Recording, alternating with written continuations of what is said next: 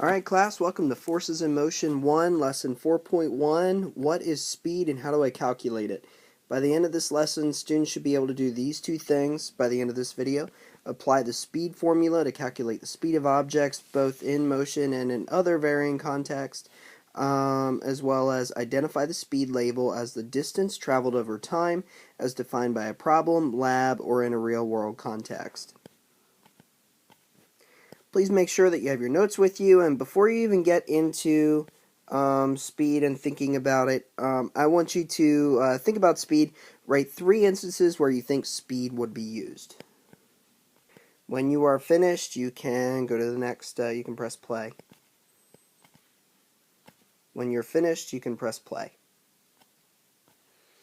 What I want you to think about is that speed can be anything from someone riding a bike, to driving a car, to how fast someone can run, to also many other varying contexts like reading a book, or just simply walking, or just running around. Anything has speed. And so, well, what is this idea of speed?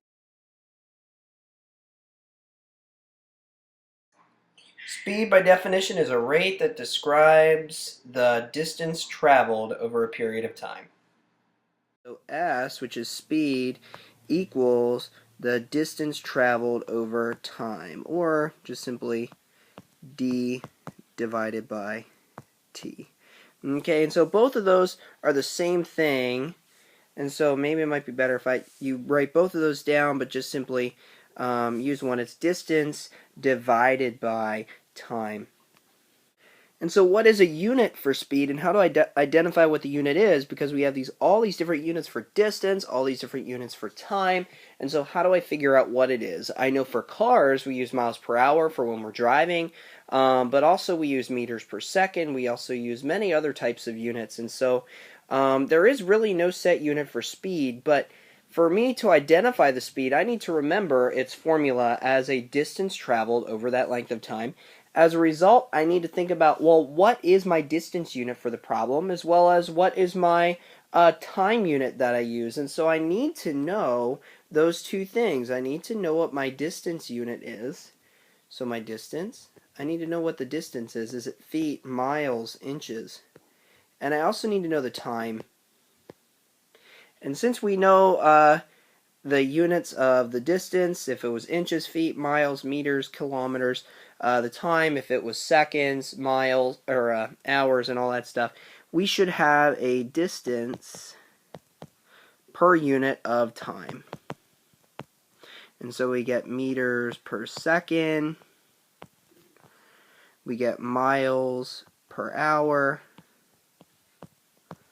we can have other ones like kilometers per hour, or inches per minute. You know, it all depends on what your unit that you're using in the problem, and it all depends on those things. What I need to think about is just in general, when calculating speed, I need to know what units I'm dealing with, and I need to use the units in the problem unless directed otherwise. If it tells me to look for meters per second, that's what I'm going to be converting everything to, and the idea of converting means we're going to change the unit from one unit to the next. So if it's inches to miles, or kilometers to meters, and all that stuff. Let's take a look at some examples of this, and then you will start to calculate speed in your own practice as well. Now, our speed problem first is that Jimmy is driving a Mustang 120 miles over the span of 3 hours. What is his average speed?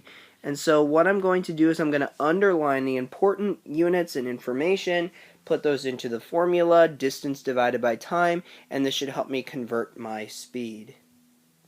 Also, for the sake of helping us out here, I'm going to underline distance in blue and time in red. So my distance is going to be in blue, and that's our 120 miles. That's how far he traveled, and our time is in the span of 3 hours. So we're going to put our speed equals distance over time, and so we get speed equals 120 miles divided by 3 hours, and so I should get a speed of 40 And my unit for time, or distance, was miles. So I'm going to write M-I-L-E-S per, and then hour, H-R. Okay, so I get that total 40 miles per hour. This next problem is Kelsey was swimming 100 meters in 1 minute and 7 seconds. What speed is he swimming in meters per second? So it gives me a particular unit that I need, and so I need to make sure that I accomplish that.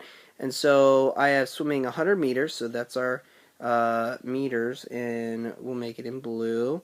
And then seconds, I see I have it in 1 minute 7 seconds, so I need to convert that to seconds. That would be in 67. Sorry, let me rewrite that. 67 seconds. And so our distance, our speed formula is speed equals distance divided by time. Okay, and so we get 100 meters divided by 67 seconds. And that's going to equal, if you do that on a calculator, 100 divided by 67, you get some really long decimal. And so what you want to do is you want to round that to the nearest hundredths place. And so you should get 1.449, and that would be 1.49 meters per second. This final problem that we're going to do is that Rupert was traveling a 20-mile stretch of trail along the Susquehanna River on his bike. As he was traveling, he collected his data on the graph on this page here. What is his average speed for the trip? So I'm taking a look, and this just simply shows his time along this here. So I'm going to make that in red. And then the distance traveled in miles as it goes up. And so we're seeing that as he's going, here's an area that we see a lot of distance traveled in a short period of time, and here it's kind of sloping off. And then we end up here at the 20-mile mark here. Well, how long did it take him to get there? I can look down, and I can see that it took him 90 minutes to travel 20 miles. And so I'm going to do 20 miles divided by 90 minutes. And whatever calculation I get there is going to give us how many miles he would travel per minute on his bike. So if you put that in the calculator, 20 divided by 90, you're going to get some number that looks like 2 repeating 0.22 miles per minute. So he's traveling about 0.2 of a mile per every minute that he traveled. And that concludes lesson 4.1, what is speed and how I calculate it.